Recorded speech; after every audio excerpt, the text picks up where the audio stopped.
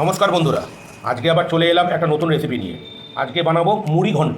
এর জন্য আমি দুটো কাতলা মাছের মাথা নিয়ে নিয়েছি, এ দুটোকে অর্ধেক অর্ধেক করে কেটে নিয়েছি।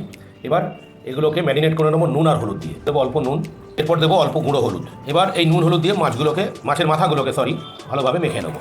মাছের মাথাগুলো ভেজে নেওয়া হয়েছে। এবার কড়াতে একটু সরষের তেল গরম করে নিয়েছি, এতে ডুমো করে কেটে রাখা আলু ভেজে নেবো। আলুগুলো ভাজতে ভাজতে দেবো সামান্য গুঁড়ো হলুদ আর সামান্য নুন। আলুগুলো ভাজা হচ্ছে, এদিকে আমরা গুঁড়ো মশলা তৈরি করে নেবো। একটা ননস্টিক চাটু বসিয়ে নিয়েছি, এতে দেবো 3টে শুকনো লঙ্কা, হাফ চামচ গোটা জিরে, 1 চামচ গোটা ধনে। এগুলোকে 20 সেকেন্ড মতো নাড়াচাড়া করে নিয়েছি। এবার দিয়ে দেবো গোটা গরম মশলা, এলাচ, লবঙ্গ, দারচিনি, সব একসঙ্গে 1 থেকে 1.5 মিনিট মতো ড্রাই রোস্ট করে এটা ঠান্ডা করে এগুলো একটা গুঁড়ো বানিয়ে নিতে হবে। আলুগুলোকে ভেজে তুলে নিয়েছি, কড়াতে আবার সরষের তেল গরম করে নিয়েছি। এতে দেবো 5টা মিডিয়াম সাইজের পেঁয়াজ সরু করে কাটা। পেঁয়াজগুলো হালকা বাদামি হয়ে গেছে। এবার এতে দিয়ে দেবো 2 চামচ আদা রসুন পেস্ট।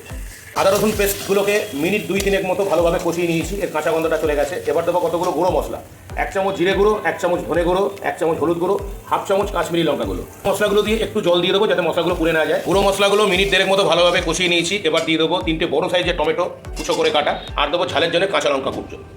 টমেটো সহ মশলাটাকে মিনিট 5 মতো ভালোভাবে কষিয়ে নিয়েছি। টমেটোর কাঁচা গন্ধটা চলে গেছে, কিন্তু টমেটোটাকে গুলিয়ে ফেলা যাবে না, ওই কারণে আমি নুন দিই। টমেটোটা একটু গোটা গোটা থাকবে। এবার ভিজিয়ে রাখা গোবিন্দভোগ চালটা দিয়ে দেবো। এখানে 500 গ্রাম চাল আছে, এটাকে ভালো করে ধুয়ে মিনিট 15 ভিজিয়ে রেখে দিয়েছিলাম। চালটাকে মশলার সাথে ভালোভাবে মিশিয়ে নিয়েছি। এবার দিয়ে দেবো ভেজে রাখা মাছের মাথাগুলো মিনিট খানেক মতো মিশিয়ে নিয়েছি। এবার দিয়ে দেবো 60% ভেজে রাখা আলু। মাছের মাথা আর আলুগুলো ভালোভাবে চালের সাথে মিশিয়ে নিয়েছি। এবার দিয়ে দেবো জল। এখানে চাল ব্যবহার হয়েছে 500, অতএব জল দিতে হবে হলো 1 লিটার। যা চাল ব্যবহার হবে তার ডবল জল দিতে হবে। জলটা দেওয়া হয়ে গেছে, জলের সাথে ভালোভাবে সব কিছুকে মিশিয়ে নিয়েছি। এবার দিয়ে দেবো স্বাদ মতো নুন। এবার একটা ঢাকনা দিয়ে দেবো। 8-9 মিনিট মতো হয়ে গেছে, এবার ঢাকনাটা খুলে দেবো। জলটা অনেকটা শুকিয়ে এসছে। এবার যে ভাজা মশলাটা বানিয়েছিলাম তার 75% দিয়ে দেবো। ভাজা মশলাটা মিডিয়াম ফ্লেমে 8-9 মিনিট ভালোভাবে মেশানো হয়ে গেছে। আবার ঢাকনা দিয়ে দেবো ওই লো টু মিডিয়াম ফ্লেমে, এটা আবার 8-9 মিনিট হবে। আরও 7-8 মিনিট মতো এটাকে ফুটিয়ে নিয়েছি ঢাকনা দিয়ে। এবার ঢাকনা খুলে দিয়েছি। আমাদের মুড়ি ঘন্ট প্রায় শেষের দিকে, একদম শেষে দিয়ে দেবো 1 চামচ চিনি আর 2 চামচ ঘি। ভালোভাবে মিশিয়ে নেবো। চিনি আর ঘিটা ভালোভাবে মিশিয়ে নিয়েছি।